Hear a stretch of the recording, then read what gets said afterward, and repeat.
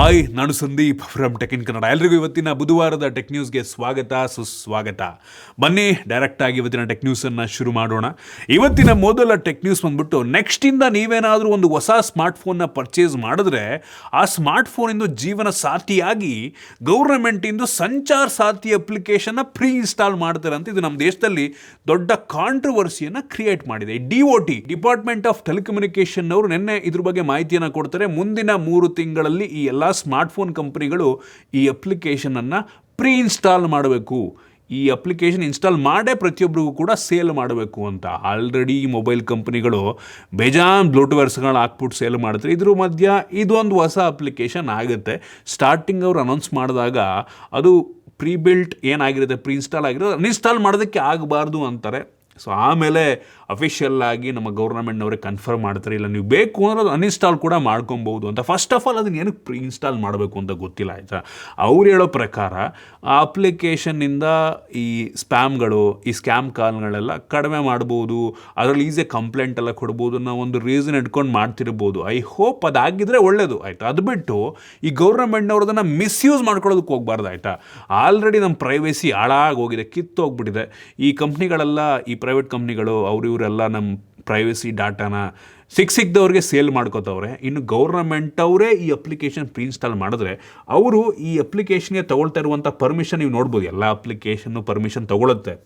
But ಈ ಸಂಚಾರ್ ಸಾಥಿ application ನೀವು ನೋಡ್ಬೋದು, ಈವನ್ ಫ್ಲ್ಯಾಶ್ ಲೈಟ್ಗೂ ಸಹ ಪರ್ಮಿಷನ್ ತೊಗೊಂಡಿದೆ. ನಿಮಗೆ ಕಾಲ್ ಲಾಕ್ಸು, SMS ರೀಡ್ ಮಾಡೋ, ಸ್ಟೋರೇಜನ್ನು ರೀಡ್ ಮಾಡ್ಬೋದು, ನಿಮ್ಮ ಫೋಟೋಸು ವೀಡಿಯೋಸ್ನ ರೀಡ್ ಮಾಡ್ಬೋದು.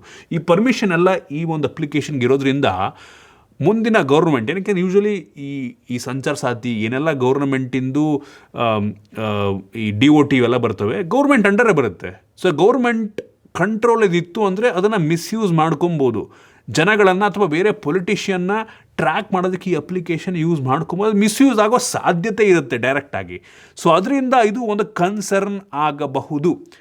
ಅವ್ರು ಆ ಥರ ಮಾಡದೆ ಅದನ್ನು ಒಳ್ಳೆ ಕೆಲಸಕ್ಕೆ ಯೂಸ್ ಮಾಡ್ಕೊಂಡ್ರೆ ಒಳ್ಳೆಯದು, ಆಯಿತಾ. ಬಟ್ ಈ ಪೊಲಿಟಿಷಿಯನ್ಸನ್ನು, ಈ ಪಕ್ಷಗಳನ್ನ ಹೆಂಗೆ ನಂಬ್ತೀರಾ? ಏನು ಮಾಡೋಕ್ಕಾಗಲ್ಲ. ಮೋಸ್ಟ್ಲಿ ಯಾರೊಬ್ಬರು ಕೋರ್ಟಲ್ಲಿ ಕೇಸ್ ಹಾಕ್ತಾರೆ, ಇದು ನಮ್ಮದು ಏನು ಪ್ರೈವಸಿ ಅಗೇನ್ಸ್ಟ್ ಅದು ಇದು ಅಂತ ಮೋಸ್ಟ್ಲಿ ಕೇಸ್ ಹಾಕ್ತಾರೆ. ಗೊತ್ತಿಲ್ಲ ಏನಾಗುತ್ತೆ ಅಂತ. ಏನಂದರೆ ಇದು ಪ್ರೀ ಇನ್ಸ್ಟಾಲ್ ಮಾಡೋದೇನಿದೆ ಇದು ಕಂಪನಿಯ ಕೈಲಿರುತ್ತೆ. ಇವ್ರೇನಾದ್ರು ಆರ್ಡ್ರ್ ಕೊಟ್ಟರೆ ಮಾಡಲೇಬೇಕು. ಬಟ್ ನೋಡೋಣ, ಕೋರ್ಟಲ್ಲಿ ನಿಲ್ಲಲ್ಲ ಇದು, ಪ್ರೀ ಇನ್ಸ್ಟಾಲ್ ಆಗಿ ಬಿಡಲ್ಲ ನಂಗೆ ಅನ್ನಿಸ್ತಂಗೆ ಜನಗಳು. ನೋಡೋಣ ಏನಾಗುತ್ತೆ ಅಂತ. ಇನ್ನು ಮುಂದಿನ ಟೆಕ್ ನ್ಯೂಸ್ ಬಂದ್ಬಿಟ್ಟು, ಸೊ ಈ ವಾಟ್ಸಾಪ್ಗೂ ಸಹ ಒಂದು ಹೊಸ ರೂಲ್ಸನ್ನು ನಮ್ಮ ಗೌರ್ಮೆಂಟ್ನವ್ರು ತಗೊಂಬಂದಿದ್ದಾರೆ. ಏನಪ್ಪ ಅಂದರೆ, ನೆಕ್ಸ್ಟಿಂದ ನೀವು ವಾಟ್ಸಾಪ್ ವೆಬ್ಬನ್ನು ಯಾರು ಒಂದು PCಯಲ್ಲಿ ಓಪನ್ ಮಾಡಿ ಇಟ್ಕೊಂಡಿದ್ರೆ, ಸ್ಕ್ಯಾನ್ ಮಾಡಿ ಲಾಗಿನ್ ಮಾಡ್ತಿರಲ್ವ, ಅದು ಬರೀ 6 ಗಂಟೆಗಳ ಕಾಲ ಮಾತ್ರ ಅಲ್ಲಿ ಲಾಗಿನ್ ಆಗಿರುತ್ತೆ. ಆಟೋಮೆಟಿಕ್ಕಾಗಿ 6 ಗಂಟೆ ಆದಮೇಲೆ ಅದು ಲಾಗೌಟ್ ಆಗುತ್ತೆ. ಸೊ ಈ ರೀತಿ ಮಾಡ್ತಾರೆ. ಇದೊಂದು ರೀತಿ ಒಳ್ಳೆಯದೇ. ಎಷ್ಟೋ ಸಲ ನಮ್ಮ ಫೋನ್ ತಗೊಂಬಿಟ್ಟು ಯಾರು ಅದನ್ನು ಲಾಗಿನ್ ಮಾಡ್ಕೊಂಬಿಟ್ರೆ ನಮಗೆ ಗೊತ್ತಾಗಲ್ಲ. ಸೊ ಇದಾಯಿತು ಅಂತ ಅಂದರೆ ಸ್ವಲ್ಪ ಹೊತ್ತಾದ್ಮೇಲೆ ಆಟೋಮೆಟಿಕ್ಕಾಗಿ ಲಾಗೌಟ್ ಆಗಿಬಿಡುತ್ತೆ. ಸೊ ಇದು ಪ್ರೈವೇಸಿಗೋಸ್ಕರ ಒಳ್ಳೆಯದು. ಪ್ರತಿ 6 ಗಂಟೆಗೆ ಒಂದ್ಸಲ ನೀವು ಬೇಕು ಅಂದರೆ ಲಾಗಿನ್ ಮಾಡ್ಕೊಬೇಕಾಗುತ್ತೆ. ಇದು ಅಪ್ಡೇಟ್ ಬರಬೇಕು. ಇದು ನೋಡಿ, ಇದು ಬಂತು ಅಂದರೆ ಒಳ್ಳೆಯದು. ಗೌರ್ಮೆಂಟ್ನವರು ಒಂದು ಒಳ್ಳೆ ಸಜೆಷನ್ನ ವಾಟ್ಸಪ್ಪಿಗೆ ಕೊಟ್ಟವ್ರೆ. ಅವ್ರು ಅದನ್ನು ಇಂಪ್ಲಿಮೆಂಟ್ ಮಾಡ್ತಾರೋ ಇಲ್ವೋ ಗೊತ್ತಿಲ್ಲ. ಇನ್ನು ಮುಂದಿನ ಟೆಕ್ ನ್ಯೂಸ್ ಬಂದ್ಬಿಟ್ಟು, ಈ ಗೌರ್ಮೆಂಟ್ನವರು ಈ ಸಂಚಾರ್ ಸಾಥಿ ಅಪ್ಲಿಕೇಶನ್ ಏನು ಪ್ರೀ ಇನ್ಸ್ಟಾಲ್ ಮಾಡಬೇಕು ಅಂತ ಅಂದರು. ಆಪಲ್ನವ್ರು ಏನೋ ಅದಕ್ಕೆ ರಿಜೆಕ್ಟ್ ಮಾಡಿದ್ದಾರೆ ಅಂತ ಒಂದು ನ್ಯೂಸ್ ಬರ್ತಾ ಇದೆ. ಇದು ಯಾವುದೇ ಕನ್ಫರ್ಮೇಷನ್ ಇಲ್ಲ. ಕೆಲವೊಂದು ನ್ಯೂಸ್ ಪೋರ್ಟಲ್ಸ್ಗಳು ಇದನ್ನು ಪಬ್ಲಿಷ್ ಮಾಡಿದ್ದಾವೆ. ಎಷ್ಟು ನಿಜ ಅಂತ ಗೊತ್ತಿಲ್ಲ. ಕೆಲವು ಜನ ಅಂತೂ ಫೇಕ್ ಮಾಡ್ತಾರೆ. ಆಪಲ್ನವ್ರು ಮಾಡೋ ಡೌಟೇ. ಏನಕ್ಕೆ ಅಂದರೆ ಅವ್ರದ್ದು ಸೆಕ್ಯೂರಿಟಿ ಕನ್ಸರ್ನ್ ರೀಸನ್ನಿಂದ ಆಪಲ್ನವ್ರು ಅವ್ರದ್ದು ಅಪ್ಲಿಕೇಶನ್ ಬಿಟ್ಟರೆ, ಅವ್ರ ಅಪ್ಲಿಕೇಶನ್ಗಳನ್ನ ಬಿಟ್ಟರೆ ಬೇರೆ ಯಾವುದನ್ನು ಕೂಡ ಅವ್ರು ಪ್ರೀ ಇನ್ಸ್ಟಾಲ್ ಮಾಡಲ್ಲ, ಆಯಿತಾ, ಆಪಲ್ನವರು. ಸೊ ಇದು ಮಾಡೋದ್ರಿಂದ ಫೋನಿನ ಸೆಕ್ಯೂರಿಟಿ ಹಾಳಾಗ್ಬಿಡುತ್ತೆ ಅನ್ನೋ ಒಂದು ಕಾರಣಕ್ಕೆ ಅದನ್ನು ರಿಜೆಕ್ಟ್ ಮಾಡಿದ್ದಾರೆ ಅಂತ ಹೇಳ್ತಾ ಇದ್ದಾರೆ. ನೋಡಬೇಕು. ಐ ಹೋಪ್ ಅದು ನಿಜ ಅಂತ ಅಂದ್ಕೊಳ್ಳೋಣ. ಇನ್ನು ಮುಂದಿನ ಟೆಕ್ ನ್ಯೂಸ್ ಬಂದ್ಬಿಟ್ಟು, ಯಾರೊಬ್ಬ ರೆಡ್ಡಿಟಲ್ಲಿ ಒಂದು ಪೋಸ್ಟನ್ನು ಹಾಕಿದ್ದಾನೆ. ಒಂದು iPhone 17 Pro Maxಗೆ iOS ಬದಲು iPadOS 26 ಇನ್ಸ್ಟಾಲ್ ಮಾಡ್ಕೊಂಡಿದ್ದಾನೆ, ಆಯಿತಾ. ಸೊ ಅದರಿಂದ ಅಡ್ವಾಂಟೇಜಸ್ ಏನು ಅಂತ ಅವನು ಪ್ರತಿಯೊಂದನ್ನು ಕೂಡ ಶೇರ್ ಮಾಡಿದ್ದಾನೆ. ಸೊ iPadOS ಐಫೋನ್ಗೆ ಹಾಕೋದ್ರಿಂದ ಅವನು ಅವನ ಫೋನ್ ಕೇಬಲ್ನ ಮಾನಿಟ್ರ್ ಕನೆಕ್ಟ್ ಮಾಡಿದ್ರೆ ಈ ಏನು MacOS ರೀತಿ ಒಂದು ಫೀಚರ್ ಮಲ್ಟಿ ಟಾಸ್ಕಿಂಗ್ ಎಲ್ಲ ನಿಮಗೆ ಮಾನಿಟ್ರಲ್ಲಿ ಸಿಗುತ್ತೆ. ಸೊ ನೀವು ನಿಮ್ಮ ಫೋನ್ಗೆ ಕೀಬೋರ್ಡ್ ಮೌಸ್ ಕನೆಕ್ಟ್ ಮಾಡ್ಕೊಂಬಿಟ್ರೆ ಒಂದು PC ರೀತಿ ಆಗುತ್ತದು, ಆಯಿತಾ. ಸೊ ನೀವು ಫೋನನ್ನು ಒಂದು ಥರ ಐಫೋನ್ ರೀತಿಯಲ್ಲೂ ಯೂಸ್ ಮಾಡ್ಬೋದು, ಅಂದರೆ iPadOS ಇರೋದ್ರಿಂದ. ಮತ್ತು ಅದನ್ನು ಒಂದು ಡೆಸ್ಕ್ಟಾಪ್ ಅಥವಾ ಲ್ಯಾಪ್ಟಾಪ್ ರೀತಿಯಲ್ಲೂ ಕೂಡ ಯೂಸ್ ಮಾಡ್ಬೋದು. ಸೊ ತುಂಬ ಇಂಟ್ರೆಸ್ಟಿಂಗ್ ಕಾನ್ಸೆಪ್ಟು. ಏನಕ್ಕೆ ಆಪಲ್ನವರು ಪ್ರೀ ಬಿಲ್ಟ್ ಮುಂಚೆನೇ ಈ ಥರ ಫೀಚರ್ ಕೊಡಲ್ಲ ಅಂತ ಗೊತ್ತಿಲ್ಲ, ಆಯಿತಾ. ಸೊ ಐಪ್ಯಾಡಿಗೆ ಮಾತ್ರ ಫೀಚರ್ ಇದೆ, ಐಪ್ಯಾಡ್ ಓ ಎಸ್ಸಿಗೆ, ಐಫೋನ್ಗಿಲ್ಲ, iOS-ಗಿಲ್ಲ. ಕ್ರೇಜಿಯಾ ಬೆಂಕಿಗಳು. ಇನ್ನು ಮುಂದಿನ ಟೆಕ್ ನ್ಯೂಸ್ ಬಂದ್ಬಿಟ್ಟು ಆಪಲ್ನವರೇನೋ ನೆಕ್ಸ್ಟು ಐಫೋನ್ 17ನಲ್ಲಿ ಇನ್ನೊಂದು ಅಫೋರ್ಡಬಲ್ ಫೋನ್ನ ತೊಗೊಂಬರ್ತಾರೆ. ಮೋಸ್ಟ್ಲಿ ಐಫೋನ್ 17E ಅಂತ ಕಾಣುತ್ತೆ. ಕೆಲವು ದಿನಗಳಲ್ಲಿ ಈ ಫೋನ್ ಬರುತ್ತೆ ಅಂತ ಹೇಳಲಾಗ್ತಾ ಇದೆ. ಲಾಂಚ್ ಆದರೆ ಮೋಸ್ಟ್ಲಿ ನಂಗೆ ಅನ್ನಿಸ್ದಂಗೆ ಒಂದು 70,000, ಏನಕ್ಕೆ ಅಂದರೆ ಐಫೋನ್ 17 80,000 ಇರುತ್ತೆ. ಇದನ್ನು 70,000ಕ್ಕೆ ಲಾಂಚ್, ಒಂದು 10,000 ರೂಪಾಯಿ ಕಡಿಮೆಗೆ ಲಾಂಚ್ ಮಾಡ್ಬೋದು. ವಿತ್ ಸಿಂಗಲ್ ಕ್ಯಾಮ್ರಾನ ಡ್ಯುಯಲ್ ಕ್ಯಾಮ್ರಾನ ಗೊತ್ತಿಲ್ಲ. ಲಾಸ್ಟ್ ಟೈಮ್ ಏನೋ ಡ್ಯುಯಲ್ ಕ್ಯಾಮ್ರಾ ಬರುತ್ತೆ ಅಂತಿದ್ರು. ಮೋಸ್ಟ್ಲಿ ಸಿಂಗಲ್ ಕ್ಯಾಮ್ರಾ ಈ ವರ್ಷನೂ ಬಂದರೂ ಬರಬಹುದೇನೋ, ನೋಡೋಣ ಎಷ್ಟಕ್ಕೆ ಲಾಂಚ್ ಮಾಡ್ತಾರೆ, ಯಾವಾಗ ಲಾಂಚ್ ಆಗುತ್ತೆ ಅಂತ. ಇನ್ನು ಮುಂದಿನ ಟೆಕ್ ನ್ಯೂಸ್ ಬಂದ್ಬಿಟ್ಟು ಶ್ರೀಲಂಕಾದಲ್ಲಿ ಏನೋ ಫ್ಲಡ್ ಆಗಿದೆಯಂತೆ. ಇದಕ್ಕೆ ಪಾಕಿಸ್ತಾನದವರು ರಿಲೀಫನ್ನು ಕಳಿಸ್ಕೊಟ್ಟಿದ್ದಾರೆ. ಅಂದರೆ ದವಸ ಧಾನ್ಯಗಳನ್ನು ತುಂಬಿಸ್ಬಿಟ್ಟು ಶ್ರೀಲಂಕಾಕ್ಕೆ ಕಳಿಸೋರೆ. ಪ್ರಾಬ್ಲಮ್ ಏನಪ್ಪ ಆಗಿರೋದು ಅಂತ ಅಂದರೆ, ಅವ್ರು ಕಳಿಸಿರುವಂಥ ದವಸ ಧಾನ್ಯಗಳ ಬ್ಯಾಗ್ ಏನಿದೆ, ಅದು ಯಾರೋ ಫೋಟೋ ಶೇರ್ ಮಾಡಿದರೆ ಅದ್ರ ಮೇಲ್ಗಡೆ ಎಕ್ಸ್ಪೈರ್ ಆಗಿರುವಂಥ ಡೇಟ್ ಇದೆ. ಅಂದರೆ ಎಕ್ಸ್ಪೈರ್ ಆಗಿರುವಂಥ ದವಸ ಧಾನ್ಯಗಳನ್ನು ಶ್ರೀಲಂಕಾ ಕಳಿಸವ್ರೆ. ಪಾಕಿಸ್ತಾನದವ್ರಿಗೆ ಏನು ಮಾನ ಮರ್ಯಾದೆ ಏನಾದರೂ ಇದೆಯಾ? ಎಕ್ಸ್ಪೈರ್ ಆಗಿರೋದು ಏನಪ್ಪ, ಎಷ್ಟು ನಿಜ ಅಂತ ಗೊತ್ತಿಲ್ಲ. ನ್ಯೂಸು ತುಂಬ ಓಡಾಡ್ತಾ ಇದೆ ಒಟ್ಟಿನಲ್ಲಿ ಸೋಷಿಯಲ್ ಮೀಡಿಯಾದಲ್ಲಿ. ಏನೋ ಹಳೆಯ ಪೋಸ್ಟ್ ಏನೋ ಗೊತ್ತಿಲ್ಲ, ಒಟ್ಟಿನಲ್ಲಿ ಎಲ್ಲರೂ ಕೂಡ ಈಗ ಮೊನ್ನೆ ಆಗಿರೋದು ಅನ್ನೋ ರೀತಿ ಶೇರ್ ಮಾಡ್ತವ್ರೆ. ಐ ಹೋಪ್ ಇದು ಸುಳ್ಳಾಗಿರಲಿ, ಆಯಿತಾ. ಹೌದು, ನಮ್ಮ ಶತ್ರು ದೇಶ ಆಗಿದ್ರು ಕೂಡ ಪಾಪ ಶ್ರೀಲಂಕಾದವ್ರು ಏನು ಮಾಡೋರು ಪಾಪನ, ಎಕ್ಸ್ಪೈರ್ ಆಗಿರೋದನ್ನು ಕಳಿಸ್ಬಿಟ್ರೆ. ಇನ್ನು ಮುಂದಿನ ಟೆಕ್ ನ್ಯೂಸ್ ಬಂದ್ಬಿಟ್ಟು ಫೈನಲಿ ಮಾರುತಿ ಸುಜುಕಿನವರು ಒಂದು ಎಲೆಕ್ಟ್ರಿಕ್ ಕಾರನ್ನು ಲಾಂಚ್ ಮಾಡ್ತಾ ಇದ್ದಾರೆ, ಮಾರುತಿ ಈ ವಿಥಾರ. ಸೊ ಈ ಒಂದು ಕಾರ್ನ ಬೆಲೆ ಅಪ್ರಾಕ್ಸಿಮೇಟ್ಲಿ 18 ರಿಂದ 20 ಲಕ್ಷ ಅಂತ ಹೇಳಲಾಗ್ತಾ ಇದೆ. ಸೊ 18 ರಿಂದ 20 ಲಕ್ಷ ನಂಗೆ ಅನ್ನಿಸ್ದಂಗೆ ಮಾರುತಿ ಸುಜುಕಿ ಬ್ರ್ಯಾಂಡಿಗೆ ಸ್ವಲ್ಪ ಜಾಸ್ತಿ ಆಯಿತು. ಹೌದು, ಅವ್ರದ್ದು ಸರ್ವಿಸ್ ಎಲ್ಲ ತುಂಬ ಚೆನ್ನಾಗಿದೆ, ರೇಂಜ್ ಕೂಡ ಚೆನ್ನಾಗಿದೆ, 543 ಕಿಲೋಮೀಟ್ರು. ಬಟ್ ತುಂಬ ಜನ ಅಷ್ಟು ಬಡ್ಜೆಟ್ ಇರೋರು ಬೇರೆ ಬ್ರ್ಯಾಂಡ್ಗೆ ಹೋಗ್ತಾರೆ. ಯೂಶ್ವಲಿ ಟಾಟಾಗೆ ಹೋಗ್ಬೋದು, ಅಥವಾ ಮಹೀಂದ್ರಾ ಹೋಗ್ಬೋದು, ಈವನ್ KIA, ಅಂದರೆ ಒಂದು ಸ್ವಲ್ಪ ಬ್ರ್ಯಾಂಡ್ ರೆಪ್ಯುಟೇಷನ್ ಚೆನ್ನಾಗಿರೋ ಕಡೆಗೆ ಹೋಗ್ಬೋದು ಅಂತ ಕಾಣುತ್ತೆ. ಯೂಶ್ವಲಿ ಈ ಮಾರುತಿ ಸುಜುಕಿ ಎಲ್ಲ ಎಂಟ್ರಿ ಲೆವೆಲ್ ಕಾರ್ಗಳು ಹೆವಿ ಸೇಲ್ ಆಗುತ್ತೆ, ಬಟ್ ಹೈಯರ್ ಮಾಡೆಲ್ಗಳು ಸೇಲ್ ಆಗಲ್ಲ. ಇದು ಪ್ರೈಸು ಸ್ವಲ್ಪ ಜಾಸ್ತಿ ಇರೋದ್ರಿಂದ ಜನ ಹಿಂದೆ ಮುಂದೆ ನೋಡೋ ಸಾಧ್ಯತೆ ಇರುತ್ತೆ. ಗೊತ್ತಿರೋದು ಎಷ್ಟು ಸೇಲ್ಸನ್ನು ಮಾಡುತ್ತೆ ಅಂತ. ಒಟ್ಟಿನ ರೇಂಜ್ ಚೆನ್ನಾಗಿದೆ. ಇವರೇನು ಲಾಂಚ್ ಮಾಡಿದರೆ ಲಾಂಚಿಂಗ್ ದಿನವೇ ಸುಮಾರು 2,000 ಚಾರ್ಜಿಂಗ್ ಸ್ಟೇಷನ್ ಇದೆಯಂತೆ. ನೆಕ್ಸ್ಟು ಕೆಲವು ವರ್ಷಗಳಲ್ಲಿ 2030ನೇ ಇಸ್ವಿಯಷ್ಟರಲ್ಲಿ 1 ಲಕ್ಷ ಚಾರ್ಜಿಂಗ್ ಸ್ಟೇಷನ್ನ ಇವ್ರು ಮಾಡ್ತಾರಂತೆ.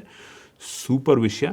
ಸೊ 18 ರಿಂದ 20 ಲಕ್ಷ ರೇಂಜ್ ಅಂದರೆ ಪ್ರೈಸ್ ಪಾಯಿಂಟು ಸ್ವಲ್ಪ ಕನ್ಸರ್ನಿಂಗ್ ಅನ್ನಿಸ್ತಾ ಇದೆ. ಐ ಹೋಪ್ ಅಷ್ಟಕ್ಕೆ ಲಾಂಚ್ ಆಗಲಿ, ಇನ್ನೂ ಕಡಿಮೆಗೆ ಲಾಂಚ್ ಆಗುತ್ತೆ ಅಂತ ಅಂದ್ಕೊಳ್ಳೋಣ. ನೋಡೋಣ. ಒಟ್ಟಿನಲ್ಲಿ ಮೋಸ್ಟ್ಲಿ ಅವರು ಡೆಲಿವರಿ ಎಲ್ಲ ಸ್ವಲ್ಪ ಲೇಟ್ ಮಾಡಿ, ಮೋಸ್ಟ್ಲಿ ಮುಂದಿನ ವರ್ಷ ಆ್ಯಕ್ಚುಯಲ್ ಡೆಲಿವರಿ ಆಗ್ಬೋದೇನೋ, ಬುಕ್ಕಿಂಗ್ ಎಲ್ಲ ತೊಗೊಂಡು ನೋಡಬೇಕು ಒಟ್ಟಿಗೆ. ಸೊ ಇಂಟ್ರೆಸ್ಟಿಂಗ್ ಆಗಿದೆ. ಇನ್ನು ಮುಂದಿನ ಟೆಕ್ ನ್ಯೂಸ್ ಬಂದ್ಬಿಟ್ಟು ಮೆಟಾನವರು ಫೈನಲಿ ನಮ್ಮ ದೇಶದಲ್ಲಿ ಅವ್ರದ್ದು ರೇಬಾನ್ ಮೆಟಾ ಗ್ಲಾಸಸ್ Gen 2 ಅನ್ನು ಲಾಂಚ್ ಮಾಡಿದ್ದಾರೆ, ಸೆಕೆಂಡ್ ಜನ್ರೇಷನ್ನು. ಇದರ ಬೆಲೆ ನಮ್ಮ ದೇಶದಲ್ಲಿ 40,000 ರೂಪಾಯಿ. ಅಮೆರಿಕಾಗಿಂತ ಸ್ವಲ್ಪ ಬೆಲೆ ಜಾಸ್ತಿ ಇದೆ. ಪ್ರೀವಿಯಸ್ ಜನ್ರೇಷನಿಗೆ ಕಂಪೇರ್ ಮಾಡಿಕೊಂಡ್ರೆ ಸಣ್ಣ ಪುಟ್ಟ ಚೇಂಜಸ್ ಅಷ್ಟೇ. ಕೇಸಲ್ಲಿ ಬ್ಯಾಟ್ರಿ ಬ್ಯಾಕಪ್ಪು ಸ್ವಲ್ಪ ಅಪ್ಗ್ರೇಡ್ ಆಗಿದೆ, ಮತ್ತು ವಿಡಿಯೋ ರೆಕಾರ್ಡಿಂಗ್ ರೆಸೊಲ್ಯೂಷನ್ನು 3K ರೆಸೊಲ್ಯೂಷನ್ ಲೆವೆಲ್ಗೆ ಹೋಗಿದೆ. ಸೊ ನಾಟ್ ಬ್ಯಾಡ್ ಅಂತೀನಿ. ಬ್ಯಾಟ್ರಿ ಬ್ಯಾಕಪ್ ಕೂಡ ಮೋಸ್ಟ್ಲಿ ಸ್ವಲ್ಪ ಇಂಪ್ರೂವ್ ಆಗಿದೆ ಅಂತ ಅಂತಿದ್ದಾರೆ. ನಮ್ಮ ದೇಶದಲ್ಲಿ 40,000 ರೂಪಾಯಿ ಗೊತ್ತಿಲ್ಲ ತಗೋಬೋದೇ ಹೆಂಗೆ ಅಂತ. ಪ್ರೈಸ್ ಸ್ವಲ್ಪ ಜಾಸ್ತಿ ಅನ್ನಿಸ್ತಾ ಇದೆ ನನಗೆ. ಅವ್ರದ್ದು ಮೊನ್ನೆ ಈ ಪ್ರೊಜೆಕ್ಟರ್ ಇರುವಂಥ, ಅಂದರೆ ಡಿಸ್ಪ್ಲೇ ಇರುವಂಥ ಗ್ಲಾಸಸ್ನ ಕೂಡ ಲಾಂಚ್ ಮಾಡಿದ್ದಾರೆ. ಅದು ನಮ್ಮ ದೇಶಕ್ಕೆ ಇನ್ನೂ ಬಂದಿಲ್ಲ. ಅಮೆರಿಕಾದಲ್ಲಿ 70,000 ಇದೆ, ನಮ್ಮ ದೇಶದಲ್ಲಿ ಮೋಸ್ಟ್ಲಿ ಲಾಂಚರ್ 1 ಲಕ್ಷನೇ ಆಗ್ಬೋದೇನೋ. ನೋಡೋಣ, ಅದು ಬರಲಿ, ಅದು ಇಂಟ್ರೆಸ್ಟಿಂಗ್ ಆಗಿದೆ. ಇನ್ನು ಮುಂದಿನ ಟೆಕ್ ನ್ಯೂಸ್ ಬಂದ್ಬಿಟ್ಟು ಸ್ಯಾಮ್ಸಂಗ್ ಅವರು ಸೈಲೆಂಟಾಗಿ ಅವರ ಟ್ರಿಪಲ್ ಫೋಲ್ಡ್ ಸ್ಮಾರ್ಟ್ಫೋನ್ನ ಲಾಂಚ್ ಮಾಡಿದ್ದಾರೆ. ಅದರ ಹೆಸರು ಬಂದ್ಬಿಟ್ಟು ಸ್ಯಾಮ್ಸಂಗ್ ಗ್ಯಾಲಕ್ಸಿ Z ಟ್ರೈಫೋಲ್ಡ್ ಅಂತ. ಸ್ಪೆಸಿಫಿಕೇಷನ್ಸು ಓಕೆ ಆಯಿತಾ. ಸ್ನ್ಯಾಪ್ಡ್ರ್ಯಾಗನ್ 8 ಎಲೈಟ್ ಫಾರ್ ಗ್ಯಾಲಕ್ಸಿ ಕಳೆದ ವರ್ಷದ ಪ್ರೊಸೆಸರ್ನ ಹಾಕಿದ್ದಾರೆ. ಅದು ಫುಲ್ ಅನ್ಫೋಲ್ಡ್ ಆಗಿದ್ದಾಗ 10 ಇಂಚಿನ ಡಿಸ್ಪ್ಲೇ ರೀತಿ ಕೆಲಸವನ್ನು ಮಾಡುತ್ತೆ. ಸೊ ಎರಡು ಕೂಡ 120 ಹರ್ಟ್ಸ್ನ ರಿಫ್ರೆಶ್ ರೇಟು. ನೀವು ಕ್ಲೋಸ್ ಆಗಿದ್ದಾಗ 65 ಇಂಚಿನ ಡಿಸ್ಪ್ಲೇ. ಸೊ ಲಿಟ್ರಲಿ ಓಪನ್ ಆದಾಗ ಒಂದು ಫುಲ್ ಡಿಸ್ಪ್ಲೇ, ಹಿಂದ್ಗಡೆ ಇನ್ನೊಂದು ಡಿಸ್ಪ್ಲೇ ರೀತಿ ಕಾಣುತ್ತಾ ಆಯ್ತಾ. ಟೋಟಲ್ ಒಂದು ರೀತಿ 4 ಡಿಸ್ಪ್ಲೇ ರೀತಿ ಇರುವಂಥ ಒಂದು ಸ್ಮಾರ್ಟ್ಫೋನು. ಸ್ಪೆಸಿಫಿಕೇಷನ್ ಎಲ್ಲ ಚೆನ್ನಾಗಿದೆ, ಬಟ್ ಹೆವಿ ಇದೆ ಸ್ಮಾರ್ಟ್ಫೋನ್. 309 ಗ್ರಾಮ್ ವೆಯ್ಟ್ ಇದೆ, ಮತ್ತು ಅನ್ಫೋಲ್ಡ್ ಆಗಿದ್ದಾಗ ಬರೀ 3.9 mm ಅಂತೆ. ಕ್ರೇಜಿ ಆಗಿದೆ ಮಾತ್ರ. ದೊಡ್ಡ ಬ್ಯಾಟ್ರಿ ಈ ಸಲ ಪ್ರೀವಿಯಸ್ಲಿ ಕಂಪೇರ್ ಮಾಡಿಕೊಂಡ್ರೆ, Z Fold 7ಗೆ ಕಂಪೇರ್ ಮಾಡಿಕೊಂಡ್ರೆ 5600 mAh ಬ್ಯಾಟ್ರಿ ಇದೆ.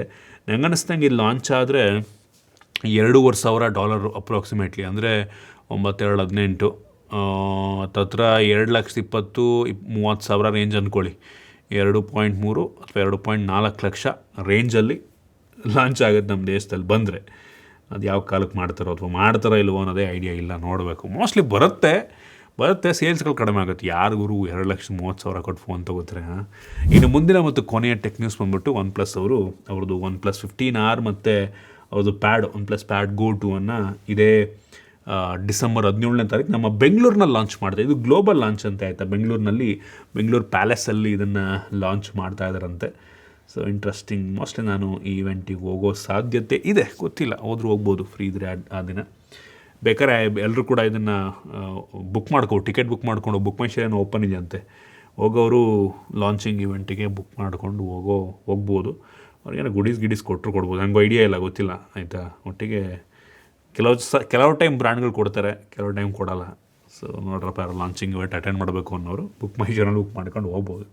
ಇದಿಷ್ಟು ಇವತ್ತಿನ ಟೆಕ್ ನ್ಯೂಸ್. ಐ ಹೋಪ್ ನಿಮಗೆ ಇವತ್ತಿನ ಟೆಕ್ ನ್ಯೂಸಲ್ಲಿ ಕೆಲವೊಂದು ಹೊಸ ವಿಷಯ ತಿಳೋಕ್ಕೆ ಸಿಕ್ಕಿದೆ ಅಂತ ಅನ್ಕೋತೀನಿ. ಇಷ್ಟ ಆಗಿದ್ರೆ ಲೈಕ್ ಮಾಡಿ, ಶೇರ್ ಮಾಡಿ. ಇದೇ ರೀತಿ ನಮ್ಮ ಬೇರೆ ವೀಡಿಯೋಗಳಿಗೆ ನಮ್ಮ tech in Kannada YouTube channel subscribe ಮಾಡ್ಕೊಂಡಿಲ್ಲ ಅಂದರೆ ಈಗಲೇ ಸಬ್ಸ್ಕ್ರೈಬ್ ಮಾಡ್ಕೊಳ್ಳಿ ಮತ್ತು ಬೆಲ್ ಐಕಾನ್ ಕೂಡ ಕ್ಲಿಕ್ ಮಾಡ್ಬೋದು. ಸಿಗೋಣ ಮತ್ತೆ ಮುಂದಿನ ವೀಡಿಯೋದಲ್ಲಿ.